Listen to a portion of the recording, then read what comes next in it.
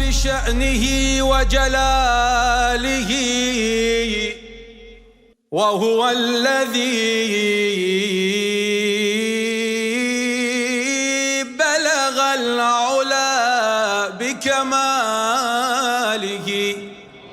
أعوذ بالله من الشيطان الرجيم.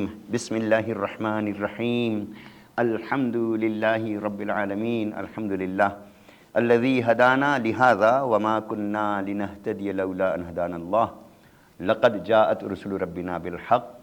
بسم الله الرحمن الرحيم. إنا أعطيناك الكوثر فصل لربك وانحر إن شانئك هو الأبتر.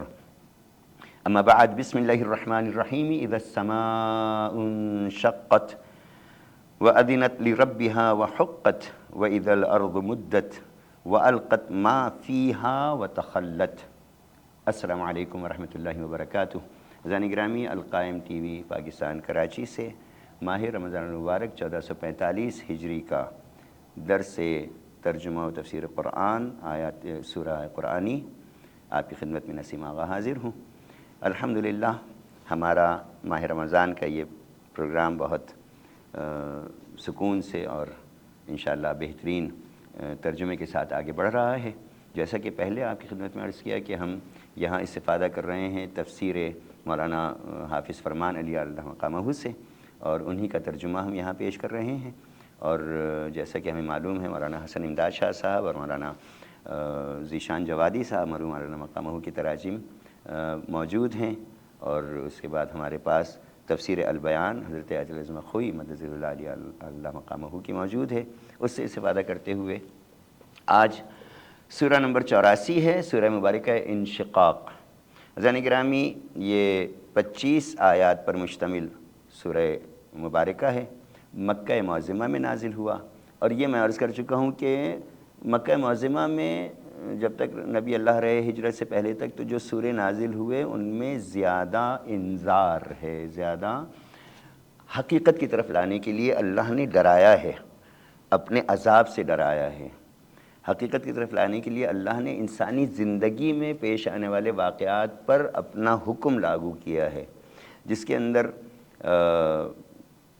قیامت کا منظر بیان کیا ہے، قیامت میں کیا ہوگا، اور جس کے اندر اس دنیا میں رہتے ہوئے آپس میں میل جول، آپس میں ایک دوسرے کے حقوق کا خیال اور تحفظ اس کی بات کی ہے.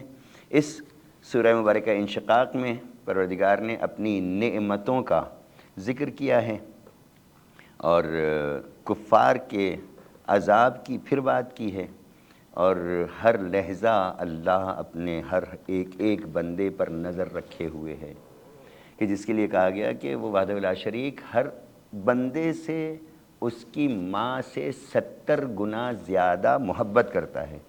اچھا، ماں جب محبت کرتی ہے تو اب اس دور کی مائیں تو کیا محبت کرتی ہیں، ان کو سیکھنا چاہیے کہ محبت کسے کہتے ہیں. موبائل پکڑا دیا اور اپنے کام میں لگ گئیں، بچہ موبائل میں کہاں کہاں گھوما، بعد میں مخالف ہو گیا ماں باپ کا، تو کہتے ہیں کہ کوئی تعویذ دے دیں بچہ سدھر جائے. تو اگر تعویذوں سے بچے سدھرتے تو پہلے یہ عامل لوگ اپنے بچے سدھار لیتے. سورہ مبارکہ انشقاق میں جل جلالہ نے ابتدا کی ہے اور اس کا ترجمہ کیا حضرت حافظ فرمان صاحب نے آیات قرآنی کے تحت، احکام معصومین کے تحت ترجمہ کیا، تشریح کی، تفسیر کی.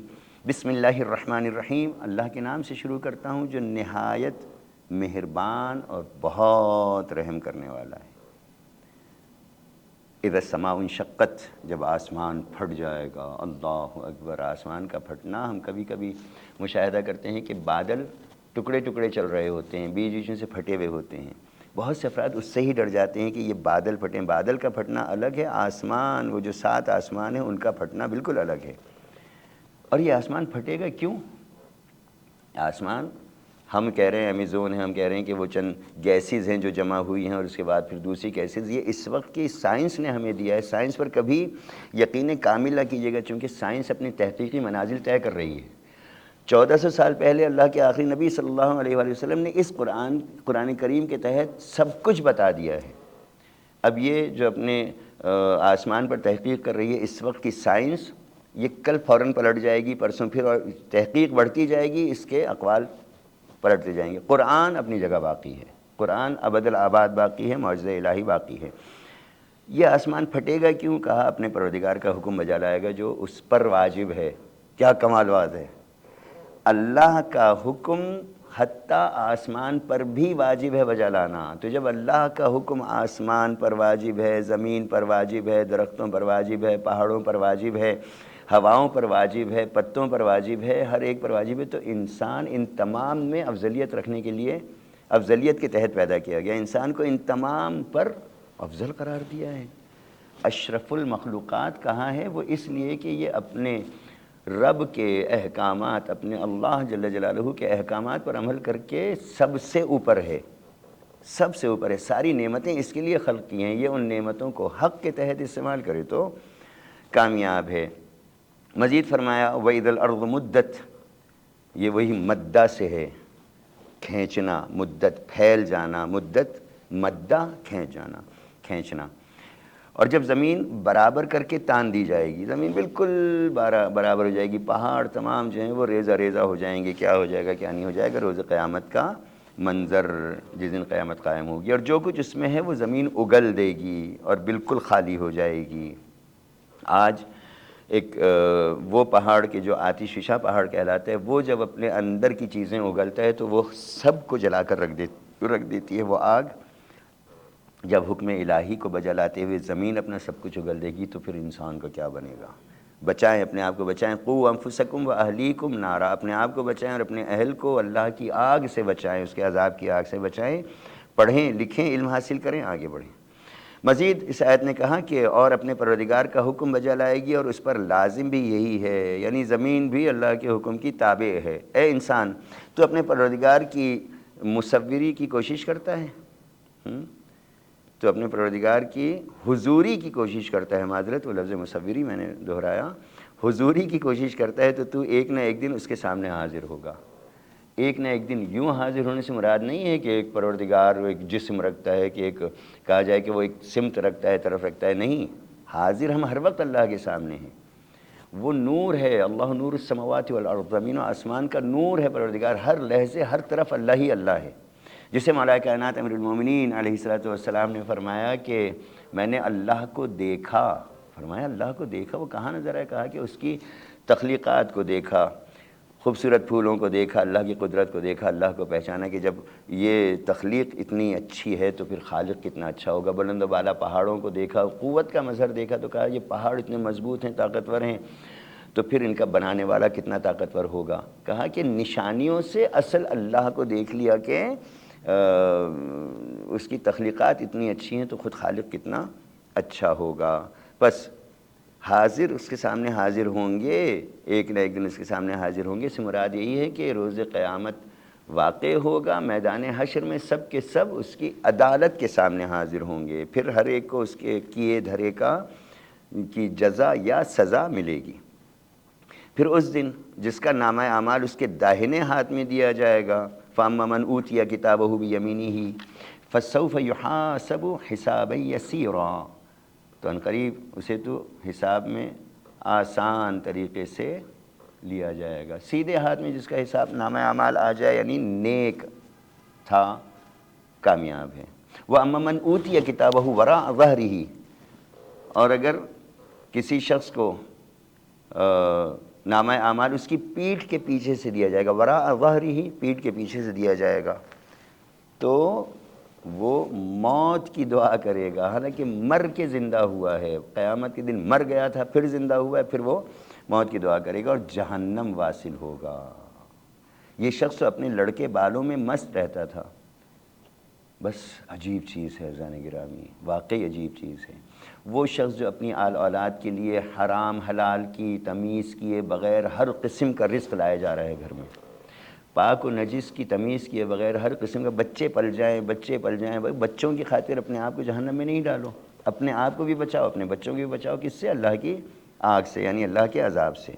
تو وہ جو اپنے اطراف، اپنے آل اولاد میں ہر قسم کے حلال و حرام اور پاک و نجس اور ان تمام چیزوں کی پرواہ کیے بغیر استعمال کر رہا ہے، وہ جو لوگوں کے حقوق غصب کر کے کھا رہا ہے، اپنی آل اولاد کو کھلا رہا ہے، جواب دہی اس کے ذمہ ہے۔ وہ ایک اچھی مثال کسی نے دی کہ وہ جو آفیسز میں رشوت لے رہا ہے، یعنی اس کی ایک تنخواہ معین ہے، یہ تنخواہ تمہیں دیں گے، اتنے گھنٹے آفس میں بیٹھ کر یہ کام کرنا ہے تمہیں، افراد آئیں گے تم سے رابطہ کریں گے، ان کے یہ کام کرتے رہنا، اس کی تنخواہ یہ ہے۔ کام قاعدے کے تحت کرنا، جو تمہارے رولز اور ریگولیشنز ہیں اس کے تحت میں کام کرنا۔ یہ رول سے ہٹ کر، ریگولیشن سے ہٹ کر تنخواہ بھی لے رہا ہے، بینیفٹس بھی لے رہا ہے، اور پھر آنے والے افراد سے الگ سے پیسے بھی لے رہا ہے۔ پوچھا بھئی یہ پیسے کہاں خرچ کرتے ہو؟ کہ دوستوں میں، ساتھیوں میں۔ مزے وہ لے رہے ہیں، جواب دہی میرے ذمہ آ گئی۔ وہ جو رشوت لے رہا ہے، وہ جو اوپر سے پیسے لے رہا ہے، جو لوگوں کو اذیت دے رہا ہے کہ اس کام کے اتنے پیسے، اس کام کے اتنے پیسے، جبکہ اس کو اس کے باس نے ایک معینہ رقم پر اپنے ہاں اس کام کے لیے معین کیا ہے۔ بس لڑکے والوں سے مراد یہ مسئلہ تھا، اور سمجھتا تھا کہ کبھی اللہ کی طرف پھر کر جائے گا ہی نہیں۔ ہاں، اس کا پروردگار یقینی اس کو دیکھ بھال کر رہا ہے۔ پھر اللہ نے ایک مرتبہ ڈرایا ہے انسان کو کہ وہ ہر وقت تم پر، جیسے یہ کیمرے میرے سامنے، میری ہر حرکت اس کے اندر آ رہی ہے، ویڈیو بن رہی ہے، یعنی میری ہر حرکت، میرا ہلنا جلنا، میرا بات کرنا، میرا ہاتھ چلانا، میرا صفحہ پلٹنا، یہ سب کچھ اس کے اندر ضبط ہوتا جا رہا ہے، محفوظ ہوتا جا رہا ہے، سیو ہوتا جا رہا ہے۔ میرے تمام اعمال، میرا سب کچھ، بولنا، چالنا، چلنا پھرنا، اندھیرے میں کروں، روشنی میں کروں، لوگوں کے سامنے، لوگوں سے چھپ کے، سب کچھ ویڈیو میں سیو ہو رہا ہے۔ اس کے بعد پھر سجدے کی بات کی، کیا عجیب بات ہے۔ اور رات کی ان چیزوں کی کہ مجھے شام کی سرخی کی قسم، قسمیں بھی عجیب ہیں پروردگار کی، اور رات کی ان چیزوں کی جنہیں یہ ڈھانک لیتی ہیں، اور چاند کی جب پورا ہو جائے، ان تمام کی قسمیں کھا رہا ہے کہ تم ضرور یوں ہی ایک ایک منزل طے کرو گے۔ تو ان لوگوں کو کیا ہو گیا ہے کہ وہ ایمان نہیں لاتے، اور جب ان کے سامنے قرآن پڑھا جاتا ہے تو اللہ کا سجدہ نہیں کرتے۔ یعنی قرآن کریم میں سجدہ الہی ضروری ہے، اور یہ 84واں سورہ ہے، اس میں یہ آیت واجب ہو گئی، لہٰذا میں سجدہ کر رہا ہوں، آپ لوگ بھی سجدہ کیجئے، اور یہ بیچ میں سے نکال دیجئے گا۔ ہم روی میں آگے بڑھ گئے، اور یہ آیت سجدہ واجب کی آ گئی، اس کو بیچ میں سے آپ لوگ کٹ کر دیجئے گا خیال سے۔ بل الذین کفروا یکذبون واللہ اعلم بما یوعون۔ یہ کافر لوگ تو جھٹلاتے ہیں قرآن کو، اور پھر جو باتیں یہ لوگ اپنے دلوں میں چھپاتے ہیں، اللہ تو اسے خوب جانتا ہے۔ وہ ہمارے دل میں پیدا ہونے والے خیال سے پہلے جانتا ہے کہ اب میرا یہ بندہ یہ سوچے گا، ایک ایک پر خاص نظریں رکھے ہوئے ہیں، تو وہ جانتا ہے کہ اب ہم کیا سوچنے والے ہیں۔ وہ ہماری سوچوں سے پہلے جانتا ہے کہ میرا یہ بندہ، مسلم ہو غیر مسلم، دین اپنی تحقیق، اپنے علم، اپنے آپ کو پڑھا لکھا کر اس کے بعد حاصل کرنا ہے۔ جیسے ہم یہاں پہ مختلف یونیورسٹیز سے اپنے لیے مختلف سندیں لیتے ہیں، ویسے دین کی سند ہمیں خود سے پڑھ کر حاصل کر کے لینا ہے۔ حضرات گرامی، اس سورے کا آخر خوشخبری ہے، اس سورے کا آخر اجر و ثواب ہے۔ مگر جو لوگ ایمان لائے، انہوں نے اچھے اچھے کام کیے، ان کے لیے بے انتہا اجر و ثواب ہے۔ اس کی تھوڑی سی تشریح ہے، انشاءاللہ اگلے پروگرام میں آپ کی خدمت میں پیش کروں گا۔ وصلی اللہ علی سیدنا محمد وآلہ الطاہرین۔ یا ابا